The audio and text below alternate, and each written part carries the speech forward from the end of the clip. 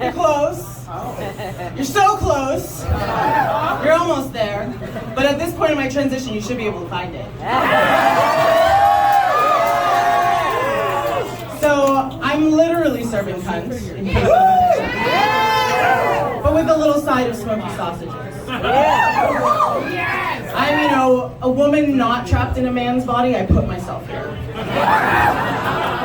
So I just moved here from Utah. This is what you picture when you think of Utah, right? Trans demon. I mean, it's what they picture when they think of trans people. But it's not really hell there, it's more like heck. So yeah, I just moved here and I'm living with my mom, so I figured I would tell y'all a little story about my family and death. So, picture my angry Chinese mom in the hospital. She's been in a coma, they put her under fentanyl coma. So, it's downer, right? Comedy, what is this? So, no, but she comes out of it and she's kind of loopy. And one of the first things, hey, can you pay attention, please? Yes. I'm a man now, you have to listen to me.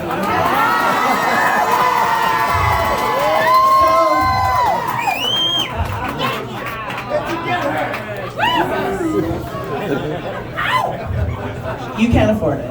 So,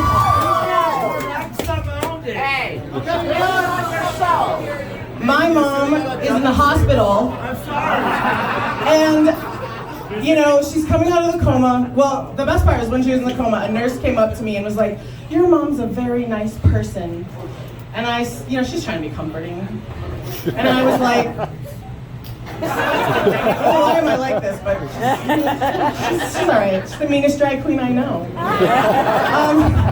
So, there she was coming out of the coma, and I was so excited to talk to her. I hadn't talked to her in like a week. And I'm leaning over her, and she's reaching up towards my face so lovingly. And the thing that she says to me, looking into my face, is, "Have you ever thought about male pattern baldness?" I have, thanks Mom. I love you. No, so, it was tough while she was in the hospital, but the best part is now that I'm a guy, they let me leave the room, in fact ask me to leave the room when she's got a shit. When you're a girl, they just thank you so much.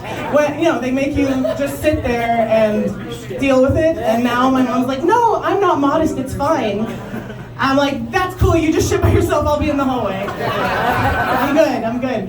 But the contrary side of that is my dad was in the hospital the next year, dying in hospice.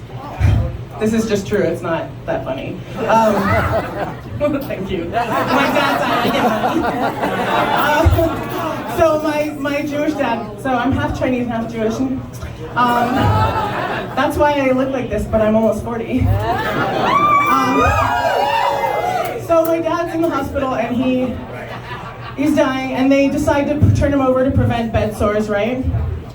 And they flip him over, and I just see his flat back and ass for a second. He was 84, it's not his fault. And Chinese and Jewish doesn't add up to a lot of ass to start with, right? But I was like, that is my flat ass future. So, 30 seconds later, they're like, "He's gone." I was thinking about my dad's flat ass when he died. Why am I like this?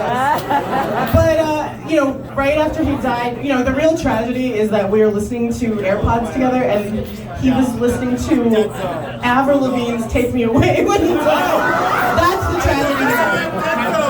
Yeah.